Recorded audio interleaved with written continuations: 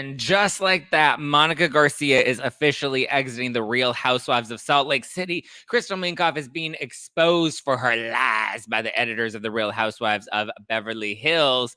And yes, we're going to get into the Jeff Lewis obsessed of it all. Let's dive in, shall we? Oh, hi, it's me, Zack Peter, pop culture junkie, reality TV insider, published author, and host of the No Filter with Zack Peter podcast. Here I'll bring you all the latest news on the Real Housewives, deep dives into celebrity legal scandals, and unfiltered combos with your favorite stars. I've got you covered. And yes, I always keep receipts. So be sure to hit that like button and subscribe for all the latest tea. Now, let's dive in.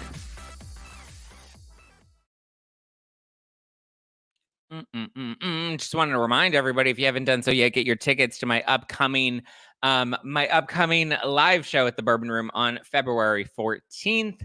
It is a special Valentine's Day show. We have some very special guests that'll be coming on out, and my pals that always do a fun panel with me. They will also be there. My friend Evan Reel from Page Six, my friend Andy Lawani from What's Trending, Josh from Louisiana, and my boy Jeff Epstein. You know Jeff, he's wild, he's crazy, he's unhinged. So with 4 hottie patatis like that, you know it's going to be a good time. Plus some very special guests, some of your favorite reality stars will also be back at the Bourbon Room, or we have a few newbies as well. So definitely get your tickets at nofilterlive.com. That's nofilterlive.com, or you can click the link in the description below to make sure you get your tickets or your live stream passes. Get them ASAP. We have some fun couples packages where you can get a little discount, or we have a fun Valentine's Day package, which gets you 4 VIP tickets, discounted rate, VIP booth, and complimentary bottle of rosé. Okay. All right. So what should we start? Should we start with Monica? Should we start with Crystal? Should we start with the Jeff Lewis obsessed? I didn't want to address it. And I was like, oh, maybe it's not that big of news. Maybe we'll address it on Thursday's members only.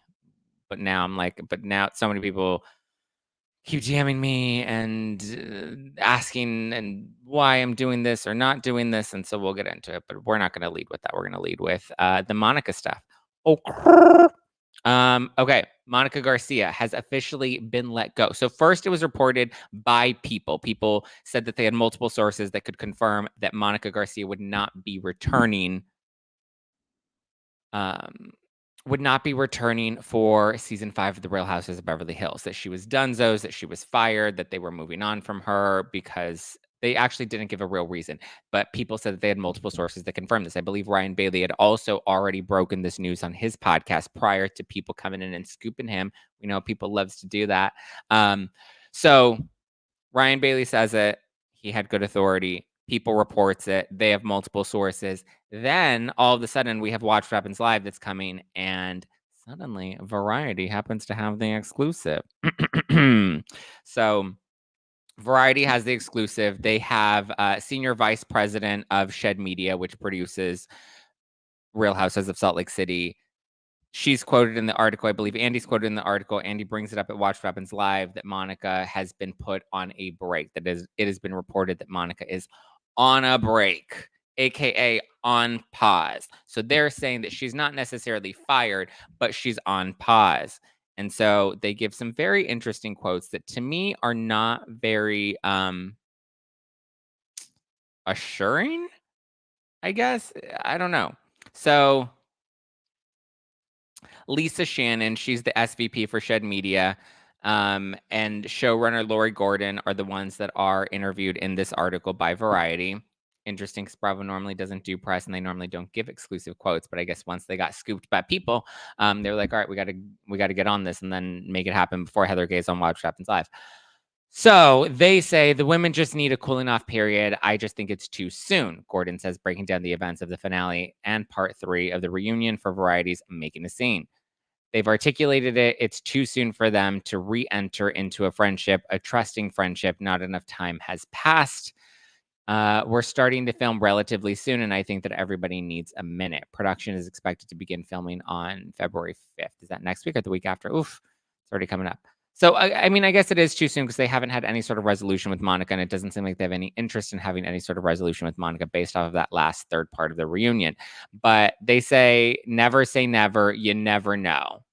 So it sounds like they're trying to keep the door open with Monica, like trying to be like, well, like the door isn't entirely closed. We're keeping it open in case ratings next season bomb. And then if they bomb, we can bring in Monica as, low ratings juggernaut. Same way they brought in Mary Cosby this season because they needed help with the ratings. So, do we really believe Heather would quit if they did bring back Monica? Okay, so here's the other part of this because people are like, how is it that they fired Monica, but then they kept that fraud Jen Shah? Okay, numero uno. Okay, let's get out our handy dandy little notebook. Jen Shah's in prison, guys. Like, she's not on the show anymore. The reason they kept her on the show was to follow her story because remember, her story was, I'm innocent. I am a woman of color that has been wrongfully accused. You really think they should have fired her when she was maintaining her innocence and saying that she was being wrongfully accused as a woman of color?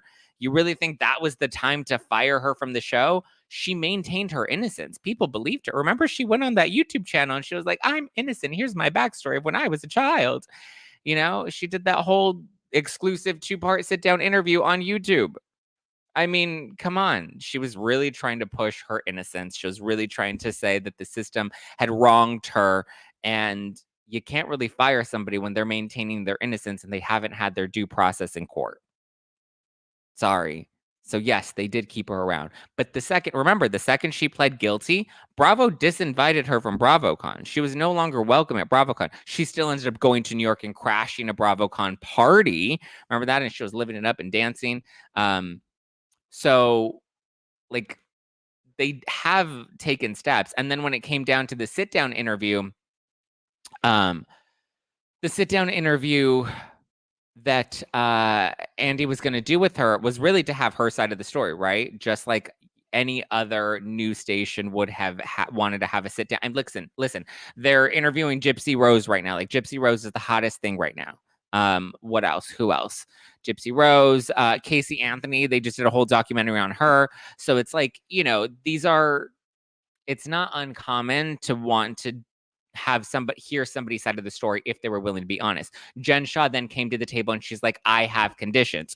1, I want to have creative control. 2, I want to be paid. And 3, I would love for you to film a documentary about my final days going into prison.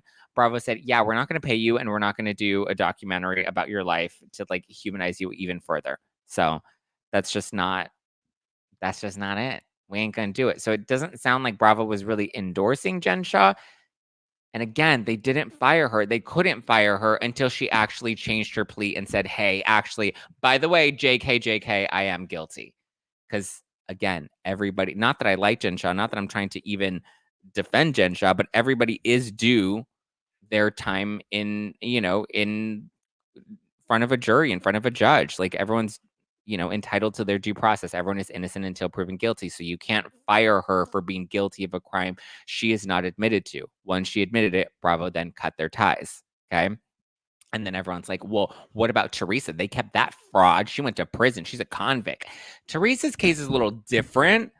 Because Teresa, 1, was being led by her husband, Joe. She's been very clear, and he's been very clear. She did not have any knowledge of what was actually going on. Maybe that her husband was a little shady, but she had no real knowledge of what was going on. Teresa did her time, and she paid her restitution. Restitution, whore! She paid her restitution. She did her time. Not only that, but her crime is a little different. Her crime wasn't taking advantage of people.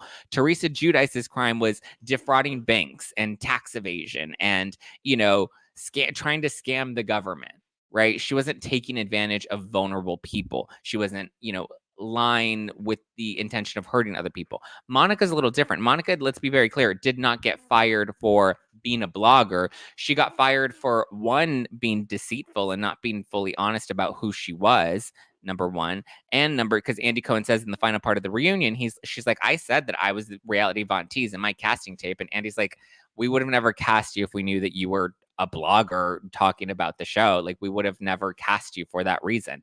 I mean, it is possible because when you do these pre-interviews with the casting team, they usually, pick apart, you do hours and hours of interviews with them, and then they edit that down into like, a few minutes of a sizzle that kind of shows the network who you are. And then the production company and the network decide whether or not they want to move forward with you based off of that edited version. So it is possible that maybe she mentioned something to one of the lower ranking casting producers, and then eventually they put together a sizzle of her interview, took that to the network, and the network was like, okay, yeah, we can move on, we can move forward, and she seems like she would be a great fit because of her connection to Jen Shah. So it's possible that Bravo really did not ever know that she had this Reality Von Tease account, even with the cease and desist that Jen Shah gave to them. You really think they're like, oh, before we cast this person, let's fact check every detail and document that Jen Shah has given to us, because Jen Shah is the most trustworthy person.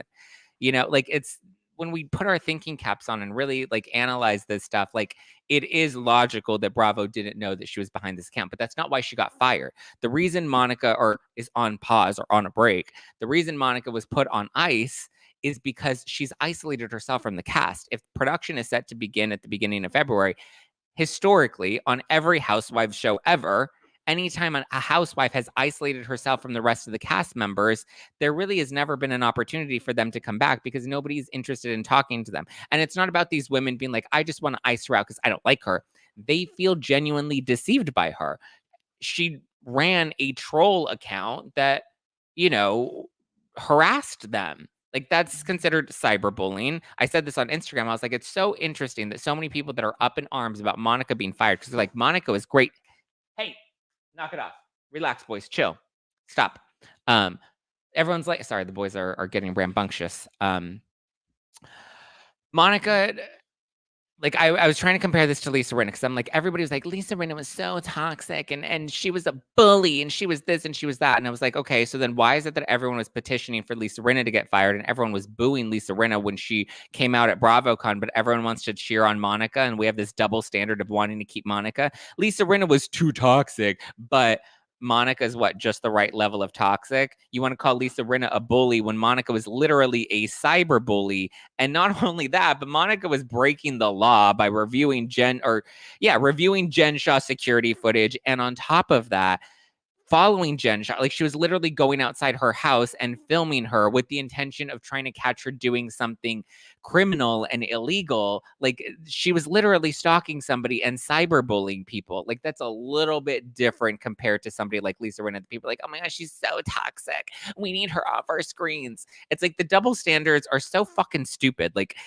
Lisa Rinna is too toxic, but Monica's okay, right? Monica can be a bully online as long as she's part of a team and as long as they're cyberbullying people, right? Garcelle's son is not allowed to be cyberbullied, but Monica and a team are allowed to cyberbully these other women. That's tolerable. Like, where are the double standards, right? Same thing with like people being like, oh my God, Bravo's gotten too toxic. Housewives are too toxic. Ooh, it's too much for me. Oh, I need to clutch my pearls and clench my butthole because it's too much.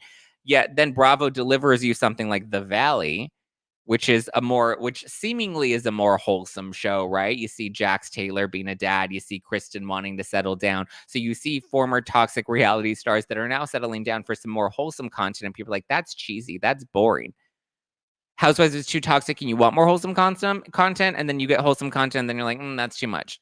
Double standards. Same thing with like Anne Marie. I know lately I'm not like a big Anne Marie fan, but I feel like lately I've been kind of becoming more of an Anne Marie fan as fans have continued to be so nasty towards her.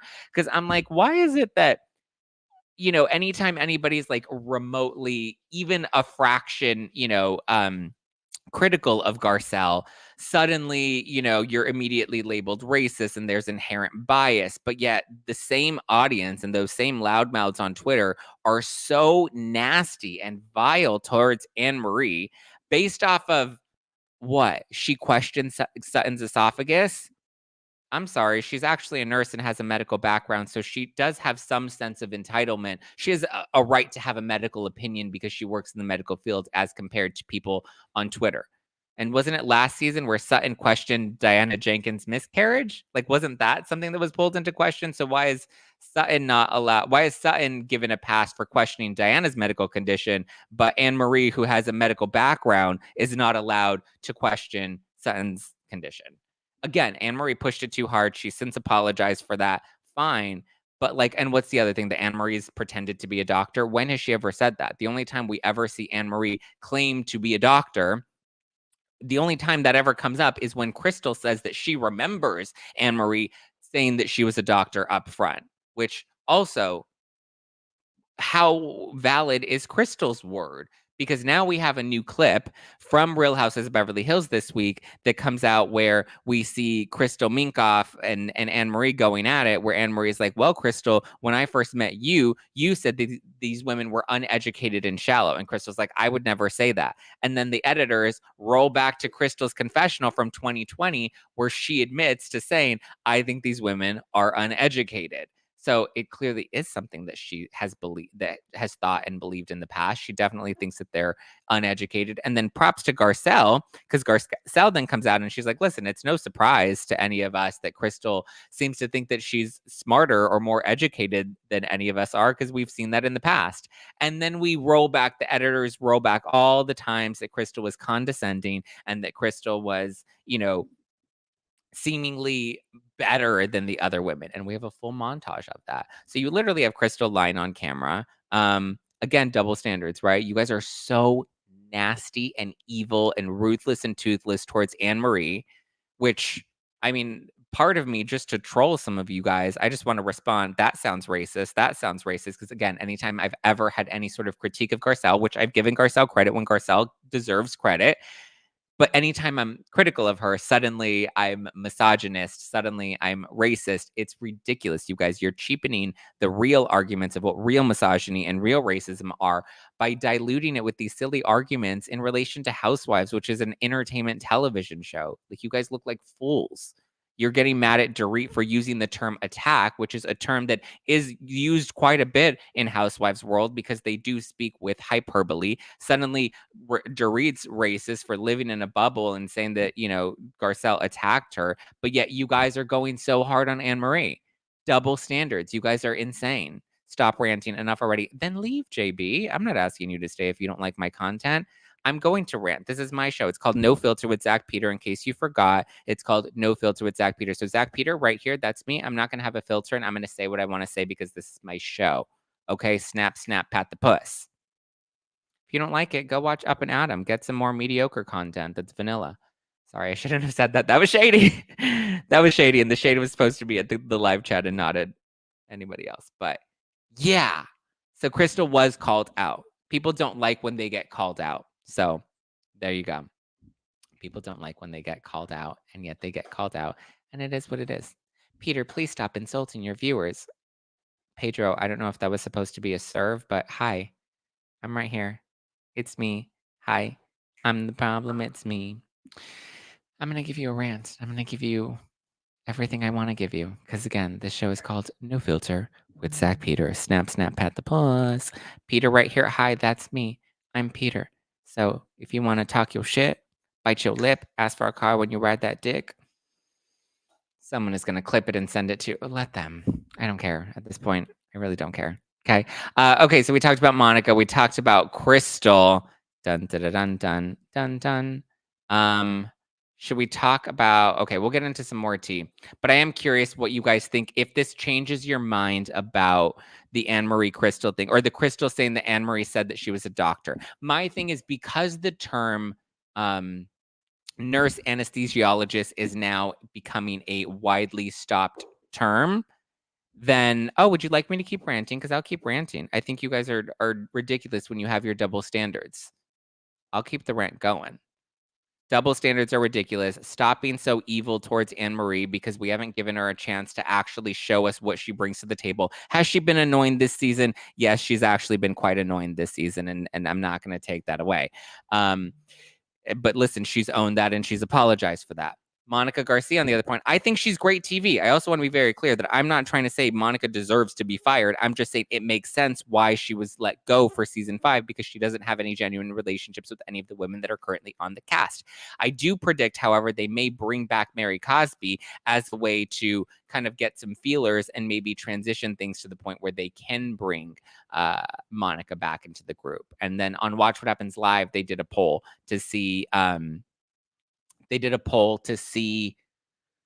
who Shit, I lost my train of thought. But yeah, we'll see what happens with Monica and if she comes back in season 6, because I think that there will be an opportunity for her to come back down the line. Probably if and when ratings do start to dwindle. The ladies think that they have the power now, but I mean, is the cast going to be able to keep the audience's attention moving forward?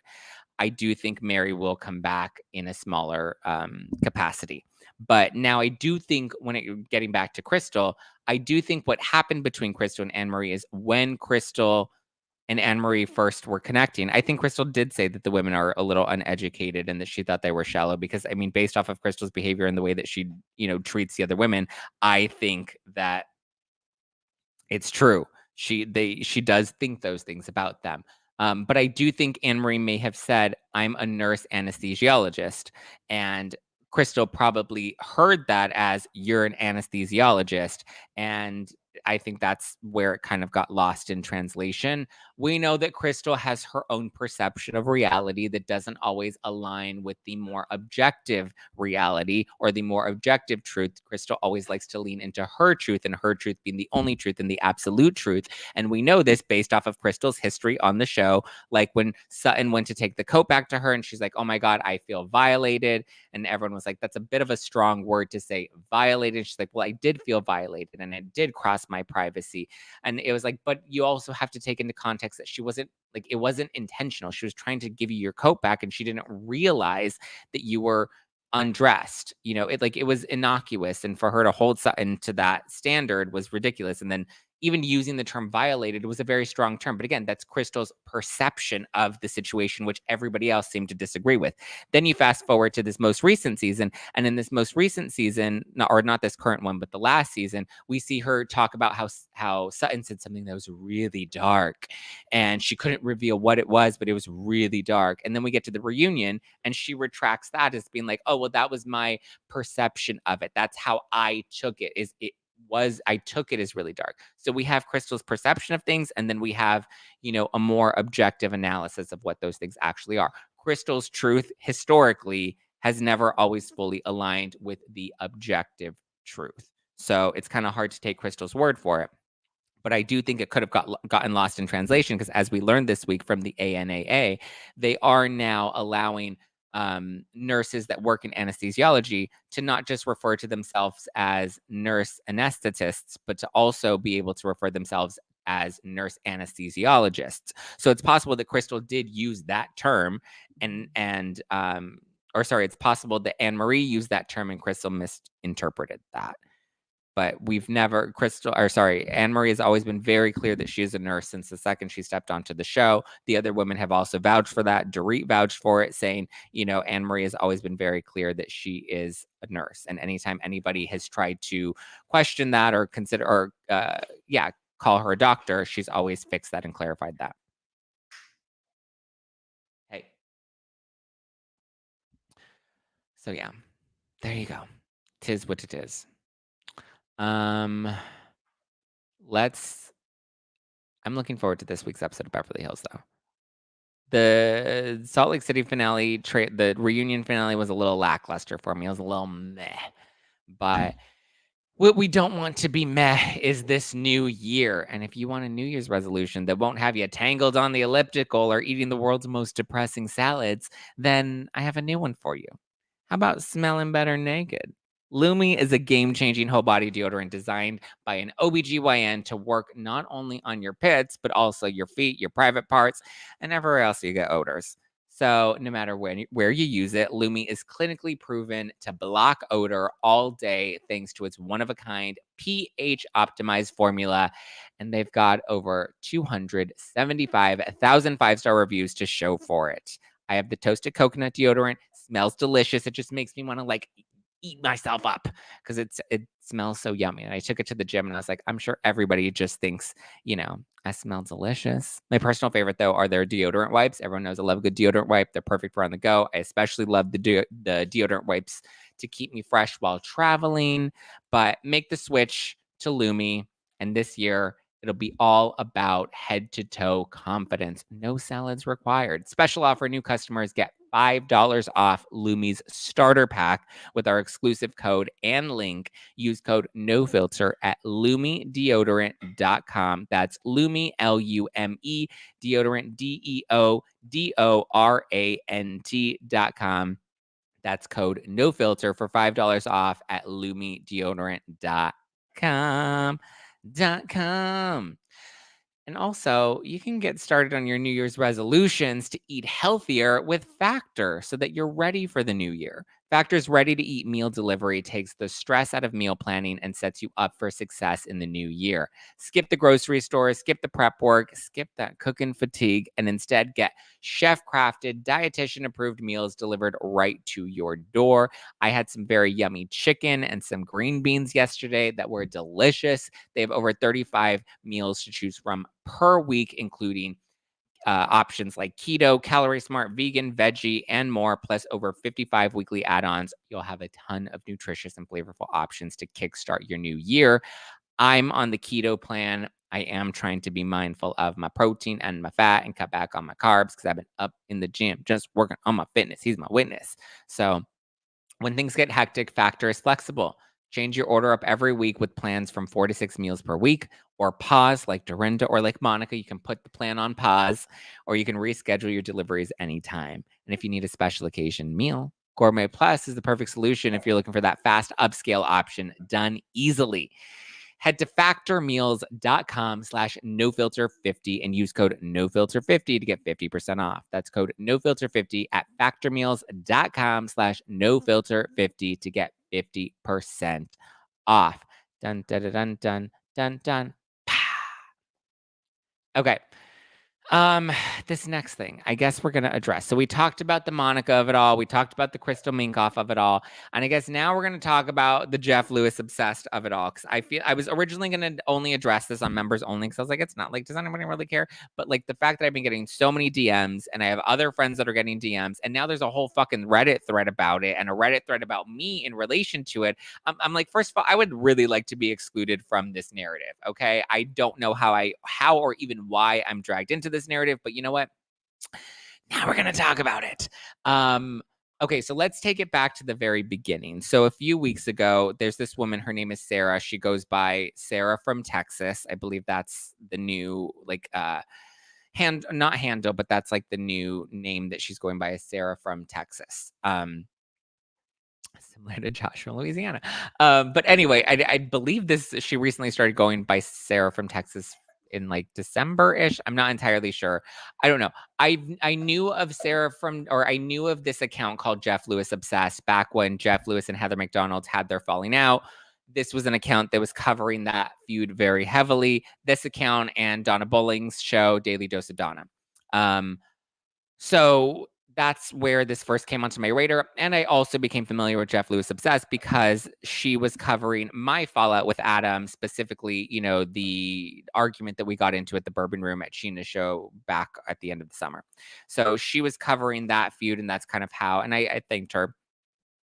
I thanked her for, you know, supporting me and whatever. She's always been very nice to me. She always responds to my Instagram stories, and she is always, I want to be very clear, she has always been very nice to me. So I've never had an issue with her. I've never had a reason to have an issue with her. I just knew she was a big Jeff Lewis fan. I support any creator that wants to come into the space. Like, I'm not going to knock anybody's hustle, right? So fast forward to more recently, a few weeks ago, she gives me a call or she asks if we can chat on the phone. And I say, sure. She said that she's doing a live show for the first time and she just kind of wanted to pick my brain. And I was like, okay, sure. Again, didn't really know much of her other than our friendly exchanges on Instagram. So she wanted a few pointers about doing a live show. I've been doing live shows for years. I'm doing another live show February 14th at the Bourbon Room in Hollywood. So yeah, I'm no newbie to doing live shows. And so she wanted some pointers and some tips, and she wanted to see what advice I had for her. I didn't have much advice other than, like, listen, at the end of the day, you know your audience, you know your community, just create an experience that they're going to enjoy. You know, sometimes that is gift bags, sometimes that is, you know, photo booths. I'm trying to think of all the things. Like, I've done, you know, professional meet and greet photos. I've done photo booths. I've done gift bags in the past. I've done pre-show Q&As. I've had, you know, fry bars, all that sort of stuff for like VIP guests. Like I've always tried to create a custom experience. I had my wine incorporated into my tour from 2022. So again, I've always tried to create the show as more than just a show that people are attending and create an experience. And that was basically the advice that I gave to her. I was like, you know, your audience, you know what they would enjoy most. And the best advice is really just give it a try. Like test out what you think is going to work and then learn and pivot from there. Because the only way to know is to get on the field and to, you know, get into the mud and figure out what works and what's really going to resonate with people and what they're going to care about. Right. That was my advice to her. She's like, I would love for you to come. And I was like, sure. Like, yeah, I don't think I'm doing anything that day. I have no issues, you know, going if I can make it. And so I kind of like, you know, sort of committed to being like, yes, I would absolutely go. Fast forward to a few weeks later, she's like, oh, I'm so excited that you're able to make it. And I'd completely forgotten that I'd even committed to go, but she like sent me the details. She's like, here are the details. I would appreciate it if you post on your Instagram story and let people know that you're coming. And so I was like, oh, okay, I have no reason to not support this person. Again, I don't know much about her other than, you know, what I've seen and our lovely exchanges on Instagram. So I reshared the link and I said, and I came on this podcast and I said, hey guys, I'm going to this Jeff Lewis Obsessed Q&A with Kristen Takeman. Seems like it's going to be a good time. If anyone can make it out, definitely get your tickets. I always want to support other content creators. Shout out to the Brav Bros. The Brav Bros were on Watch What Happens Live last night. I'm so happy for the Brav Bros. They have a live show that's coming up this Thursday, the 25th, January 25th in New York City. If you guys are around and available, definitely go. Kempire is also doing a live show that same night right after them at the same venue. So you can go to both shows if you're available January 25th. I always want to support other people. I have no financial gain or incentive from promoting any of these shows. I just like to support other people. Okay. So I shared it on my Instagram story after she asked me to, and I mentioned it on my show because, again, I have no reason to not support other people. So then, which is what I said on this podcast the other day, my manager, I'm with a new management team, and that management team also represents Kristen Takeman. We had been in contact with Kristen Takeman about having her come on my podcast. Okay. We've been talking to Kristen and exploring that option. And my manager said, hey, Kristen's going to be at this event. He didn't know I was already going. He said, hey, Kristen Takeman is going to be at this event. I think that you should go to this because it'll give you an opportunity to actually connect with her and to connect with more people that are on our new management team. And so I was like, okay, great. I'm happy to go. And, you know, this is a double incentive and another reason to actually go to this event. One, to show my support for, you know, Sarah. Two, maybe get some tea or some good content that Kristen may reveal in the Q&A for the Instagram account or for the podcast. And three, my manager is asking me to attend this Q&A to connect with Kristen. Okay. So I went to the event. And I saw Sarah, had a great time, took a photo with her, took some photos with Josh, posted a photo with Sarah on my Instagram from the event, like I do anytime I go to an event. And I tagged her and I said, congrats at Jeff Lewis Obsessed, which was her Instagram account handle. Went to the Q&A, you know, and I had a good time. It was a Q&A, you know, she, for her first live show, good for her. Congrats. There were no gift bags. Only until I was on my way to the event did I start getting DMs from people telling me don't go to this event because, you know, of all this other drama that's going on with these gift bags and this soiree beverage that Margaret Josephs has, and you shouldn't go. If you go, it's going to be a really bad look. And I was kind of like, what the fuck is this? Like, what is this drama? I don't know what it is. And I was like, listen, at the end of the day, my manager asked me to go to this thing to connect with these people that are going to be at this event. Even when I got there, I didn't even get a chance to connect with Kristen Takeman, because I was like, listen, this is Sarah's event. Like, Krista was taking photos with people, and I was like, maybe this just isn't the most appropriate time for me to connect and introduce myself to her. Like, she's being pulled in so many different directions, and I don't want to make it feel like I'm using Sarah's event to like scoop Kristen, even though we had already been in talks with Kristen, and this was already something that we were considering and exploring prior to going to this event.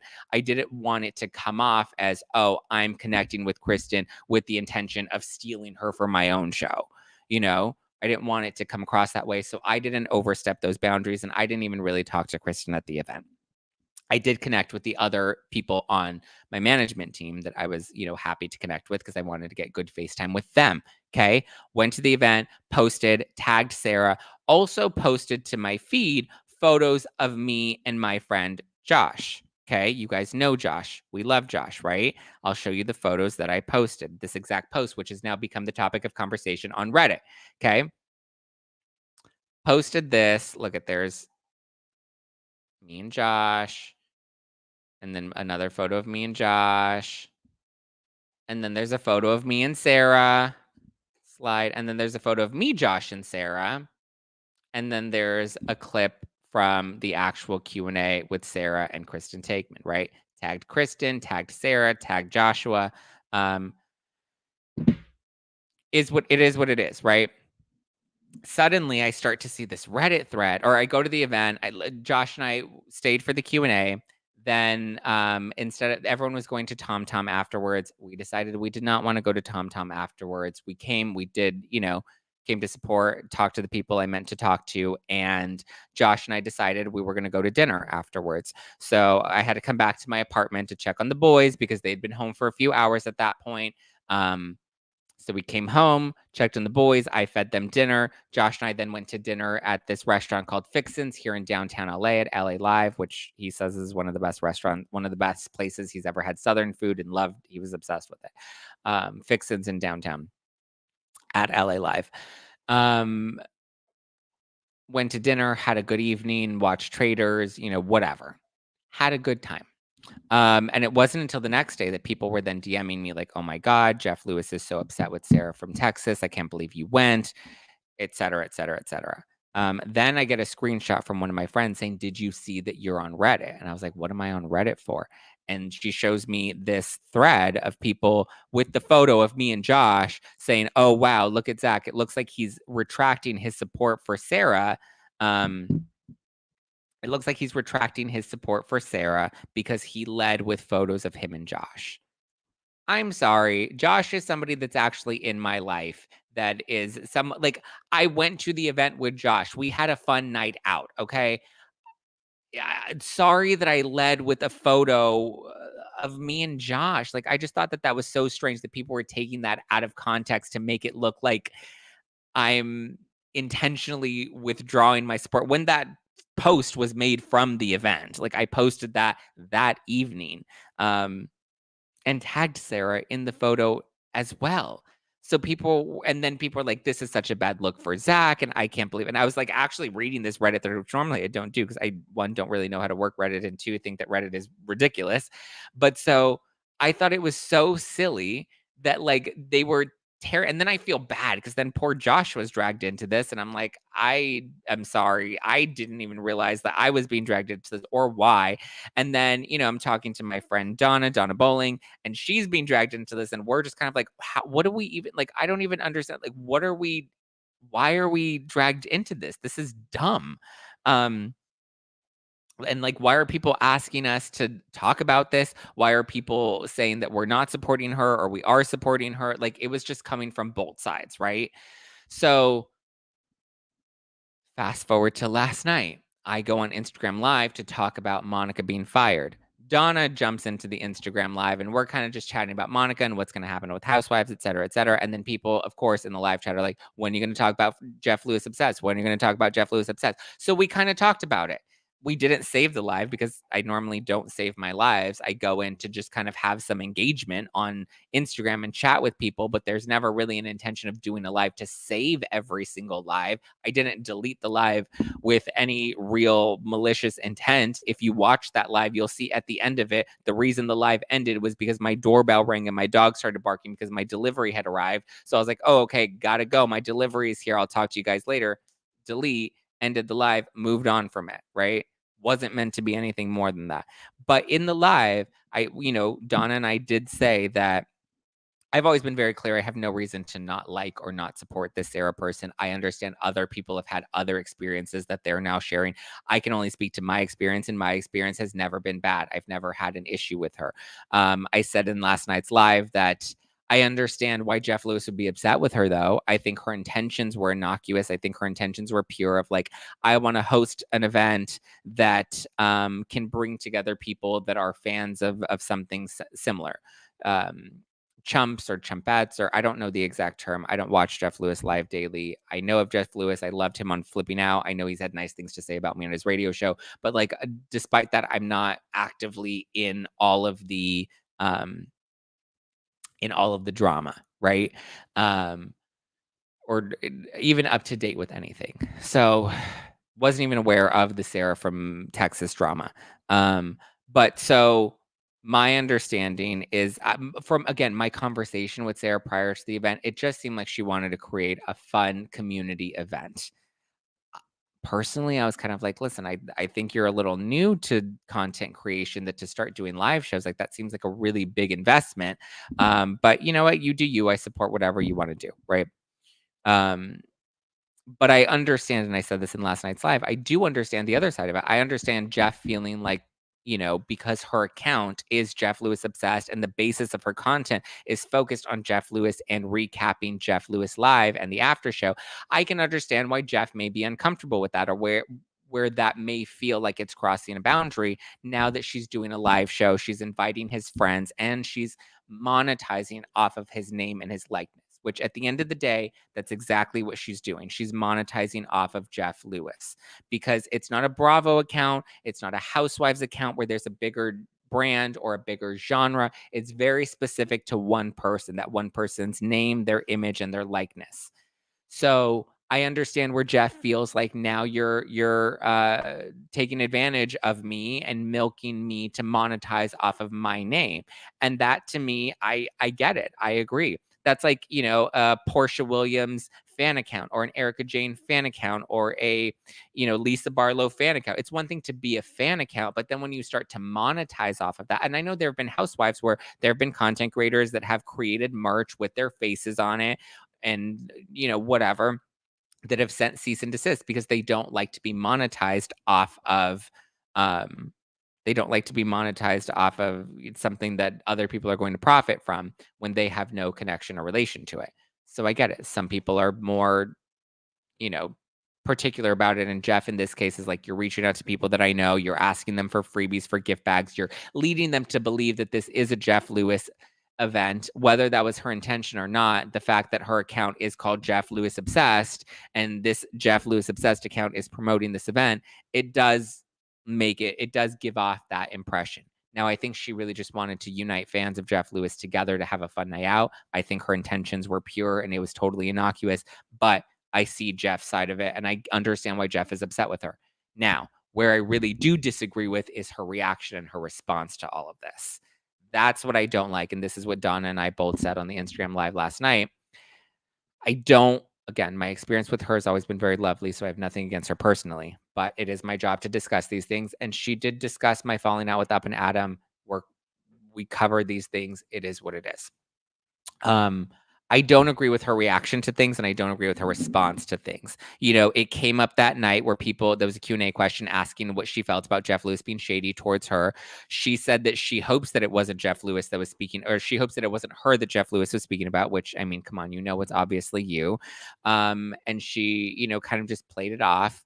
And her narrative became like, well, this has always been a Sarah from Texas thing, not a Jeff Lewis thing, which to me, Bravo accounts are monetizing off Bravo. Yes, Rebecca, but that's the point that I was trying to make. Okay. Bravo accounts, it's a bigger brand. It's a more specific genre. It's not one specific person. One specific person is a little more personal than Bravo in general, Housewives in general. Like, when you marry a brand, that's different from capitalizing off of a specific individual. That's why I said a Portia Williams fan account, an Erica Jane fan account, a Lisa Barlow fan account. It's one thing to be a fan account, but when you start to make money off of them, that's where it dips over. Okay. The event, yes, was a Sarah from Texas event, but also her brand is not Sarah from Texas. Her brand is, I'm not going to argue with you, Erica. If you don't get it, then you're whatever. I'm not going to explain to you again why there's a difference between monetizing off of Jeff Lewis individually and monetizing off a larger brand in general, whatever. If you don't get it, you don't get it, and I don't care. Her brand is Jeff Lewis obsessed. Okay. Whether she talks about other things or not, whether she talks about other content or not, the basis of her content is Jeff Lewis, and her account is called Jeff Lewis Obsessed. Okay. She is capitalizing off of Jeff Lewis. And I think when you get called out for that, then I think you just need to take a little accountability. Like sometimes you need to eat a little humble pie and just be like, listen. And what I think she should have done, and I said this on the live last night, what I think Sarah should have done is gone on and said, listen, guys, I understand that, there's some pushback from this event. I want to be very clear. My intention was not to capitalize off of Jeff. I really just wanted to unite fans of Jeff Lewis, people that are, people that are fans of my content. I just wanted us to have an opportunity to connect together. Should I have reached out to the gift bags? My intentions were pure, but you know what? I understand how that may have been crossing a line. I want to apologize to Jeff. That wasn't my intention. Moving forward, I'm going to change my handle and my brand because I want to build this Sarah from Texas brand and not this Jeff Lewis Obsessed brand. So I'm going to shift my brand and I'm now going to call it Sarah from Texas. But it kind of feels like she glossed over that and she's like, no, I've always been Sarah from Texas. And this was a Sarah from Texas event. It's like, but that's not true. That's a rephrasing of the narrative that's not fully accurate. Your brand was Jeff Lewis Obsessed. That's how people know you. That is the handle. People you go on Reddit and they refer to her as JLo, JLO, Jeff Lewis Obsessed, which was funny because at first when I was going through Reddit, I was like, JLo, what does JLo have to do with anything? But she's JLo on Reddit. You know what I mean? She's Jenny from the block. So it's just take accountability and then make the change and be like, listen, I get that, it may have come across as me trying to capitalize off of Jeff Lewis. I'm still a fan of Jeff Lewis. I don't want to have any issue with Jeff Lewis. So I've agreed to change my name. I've agreed to, pivot my content so that it's not solely focused on Jeff and builds my own personal brand. Take that accountability and move on from it. But she didn't do that. She went on the defense right away. She was like, receipts, timeline, screenshots, everything. I'm about the facts and these are not the facts. She very much went on the defense. Did not agree with that. Accountability over defense is always the best way to do it. Sometimes you need to take a break, a couple of days off from doing content just to really recalibrate, especially if you're trying to preserve your relationship with Jeff Lewis, right? If that's the relationship that you're trying to maintain with him, then don't add fuel to the fire. Don't go public and be like, Jeff, I apologize to you and you're not responding to me. Don't love that either.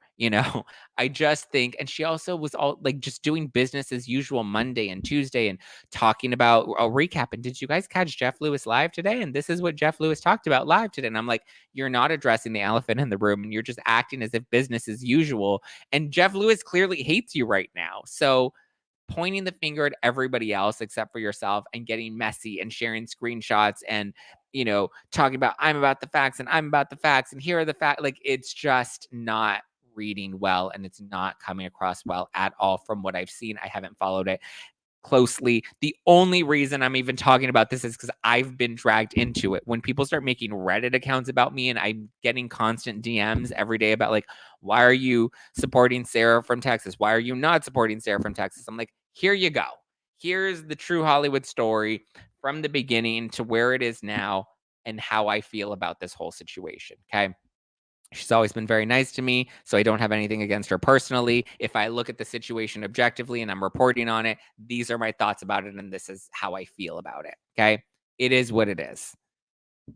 You wanted me to address it. There's my addressing of it. You wanted me to clarify whether I was there to support her or whether I was there because my manager asked me to be there. I just clarified for you. It was both. The original invitation came from Sarah from Texas, and then my manager told me to go. And so when people were DMing me, telling me not to go, I was like, well, I've already committed to this, and my manager's asked me to go because I'm supposed to meet these other people that will be at this event. There you go. Snap, snap, pat the puss. Let's move on because I would absolutely like to be removed from this narrative. I get it. I just feel for her. Rebecca, I get it too. I feel for her too. But you can't add gasoline to the fire and then continue to play the victim. You just can't. Take accountability, own it. Listen, Donna and I talked about this on our Instagram Live last night. We've both been at the center of controversy. We've both been at the center of scandal. We've both been in the middle of it and through the thick of it and through the heat of it. And Donna even brought up some good advice that I gave her when she was going through it because I've been through it before. This is what I've learned in going through it. The best thing to do is to take accountability, lean into it, own it, and then eventually if it continues to perpetuate it, then you can make some jokes about it. Then you can and make light of it. But also acknowledge you absolutely capitalized off of somebody else's likeness and image. One specific person. It's very different from a brand. Everyone wants to compare it to, you know, the Bravo accounts or the Bravos. I'm like, well, the Bravos are capitalizing off of Bravo. That's a fan account that, yes, is capitalizing off of Bravo, but it's a bigger brand. It's a broader genre. It's not one specific person. Capitalizing off of one specific person is where things get dicey. Okay. There you go. Jen says, did Jeff talk about her on the show afterwards? And did she cover Jeff talking about her specifically? Just wondering. So Jeff called her out, I believe on Friday's episode of his radio show. He called her out and he was bothered by the fact that she was reaching out to people and leading people to believe that this event was somehow related to him because Margaret Josephs, I guess, got reached out to donate cans of her soiree beverage, which there was no soiree beverages. There were no gift bags. None from what I saw at the event. She gave us each the little personalized bottles of La Marca of Prosecco. So Josh and I each left with a bottle of Prosecco. There were no gift bags though, and there were no chump related products or anything. But he did call her out, not by name, but he did reference a fan and a fan account that was monetizing off of him. He mentioned that on his show on Friday. Her event was on Saturday. From my understanding, she did not directly acknowledge that or take accountability for that. She immediately went on the defense. She tried to do business as usual on Monday and on Tuesday, and then went on the defense and started calling people out. And I saw she was posting screenshots of people's text messages to her. And I was just like, this is not a good look. And it's not what I would do in this situation. So, yeah.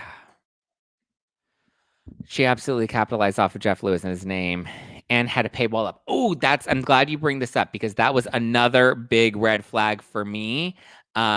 Is that she then was like, I'm going to address this, but I'm only going to address it behind a paywall.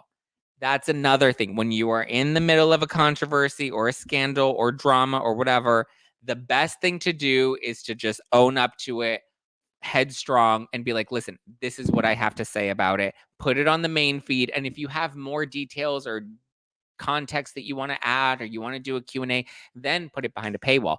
But don't put everything behind the paywall because that looks worse. When you're accused of monetizing and capitalizing off of somebody, and then you go and put your stuff behind the paywall, that's, again, big red flag, not a good thing, not a fan of that, because now it does look like you're continuing to capitalize off of this. And it doesn't seem like you have any remorse for the mistakes that you made, but now it seems like you are really just proving to be what you're being accused of.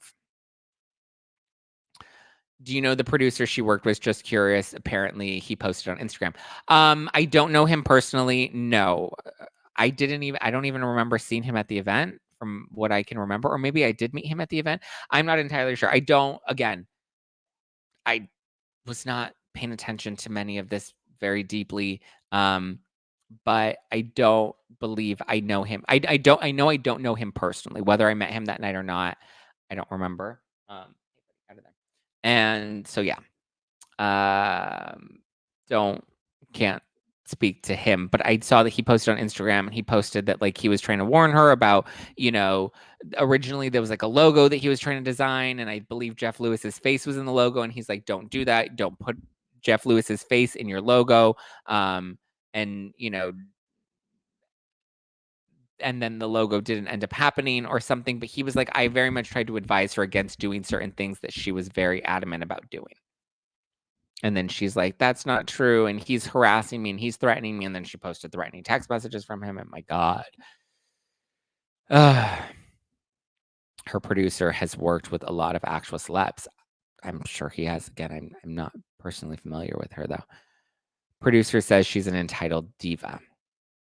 Again, my experience of her has been different. We need Monica with her own show. I guess it does make sense that he would be mad. She's recapping his show, so many people probably don't pay or watch the show. That's another thing. You know, I know that was an issue with Heather McDonald too. Remember, she was like she was going and listening to Heather's Patreon episodes and then recapping what Heather was saying on her Patreon, and Heather wasn't happy about that. I believe she got into a from what I remember, she got into a like argument with Heather McDonald at BravoCon because I guess this woman reached out to Heather's sister and was talking to Heather's sister, and Heather has an estranged relationship with her sister. So again, I know other people have,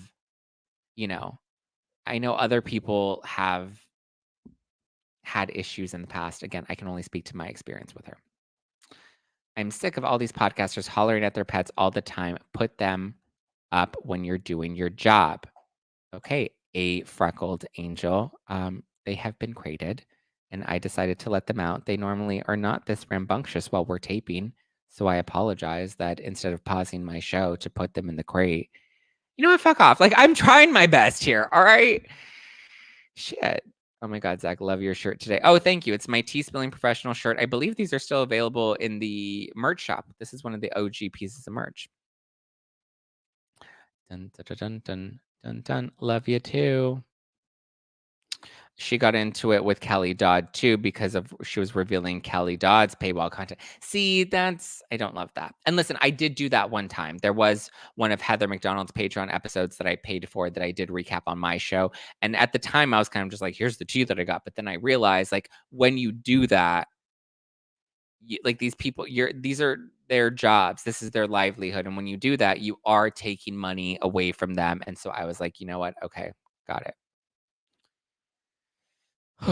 Why do so many people hate, listen, and troll? It's like a mental illness. Yeah, that's a really good point, Storm. Like, I don't understand why people feel the need to like, I want to watch your show. I want to listen to this. And then they write nasty comments in the live chat or they write nasty comments on Apple Podcasts. Listen, at the end of the day, that just means that they are not happy with their own lives. If that's what they feel like they need to do is spew nastiness towards other people. I don't know, nor do I care.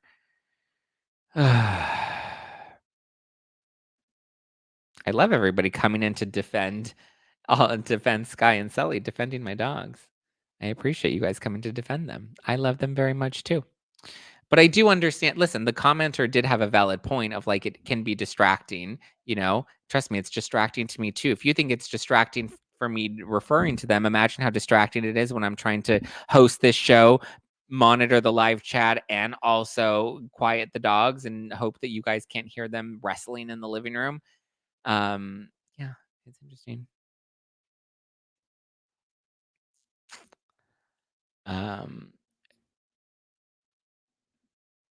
Hashtag dogs are everything. Angels with paws. Thank you. Love you all the way from South Africa. I hate the haters. They are assholes. They are, but it's okay. Kelly from Real Housewives of New York needs to explain to Sarah that Jeff is here and Sarah is here. That's funny. Listen, I believe that Sarah's intentions in being a fan of Jeff Lewis are sincere. I believe they're very, very sincere. Sarah just needs to apologize and be accurate. She just needs to apologize and rebrand. That's what she needs to do. A single dad who works 2 jobs. A single mom who works 2 jobs, who loves her kids and never stops. I'm a survivor. Yeah, she needs to rebrand. At this point, like my advice to Sarah would be drop the Jeff Lewis obsessed altogether. You just now be Sarah from Texas. Let that be your brand. Let that be your Instagram handle. And you know what? Maybe you take a break from covering Jeff Lewis. Like now is just not the best time to be covering it. You can still be a fan of Jeff Lewis and you can still listen to Jeff Lewis and, maybe have a group thread with some of your friends about Jeff Lewis. But like right now, being Jeff Lewis obsessed is not the right move to make. That's my recommendation. Take accountability, rebrand, you know, if you really are trying to say that you've always been Sarah from Texas, then you know what? Honor that and change all of your branding to become just Sarah from Texas. And Sarah from Texas can still be a good fan of Jeff Lewis, and that's fine. But at the end of the day, just be, you know, Sarah from Texas. Otherwise, it just is not a good look at all. Oh, I posted a thirst trap on Instagram today that's getting some attention. I was trying to promote my tickets for the live show that's coming up on Valentine's Day. Should I post the thirst trap? Should I post it on YouTube? I posted it on Twitter and I posted on Instagram. So I'll just tell you that.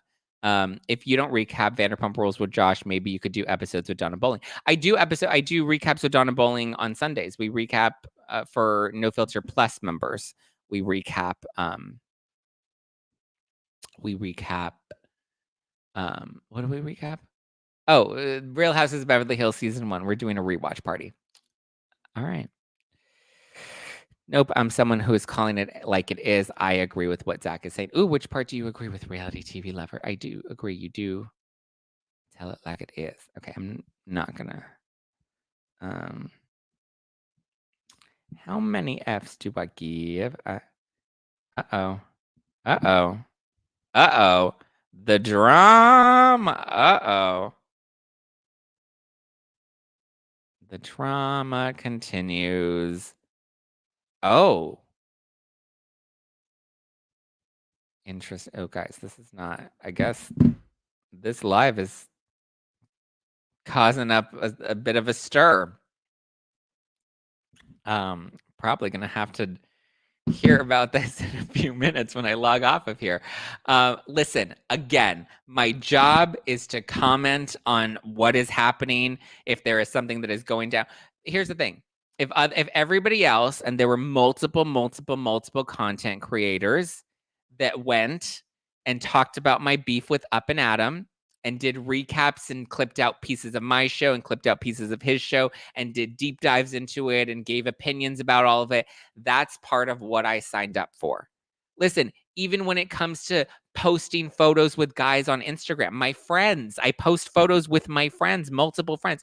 People are thinking that I'm dating my friend Andy. People have thought that I've dated my friend Jeff. People constantly think that I'm dating Josh. And so I understand that that's people are going to speculate about my life. You know, people are going to want to sensationalize anytime I have some public beef with somebody.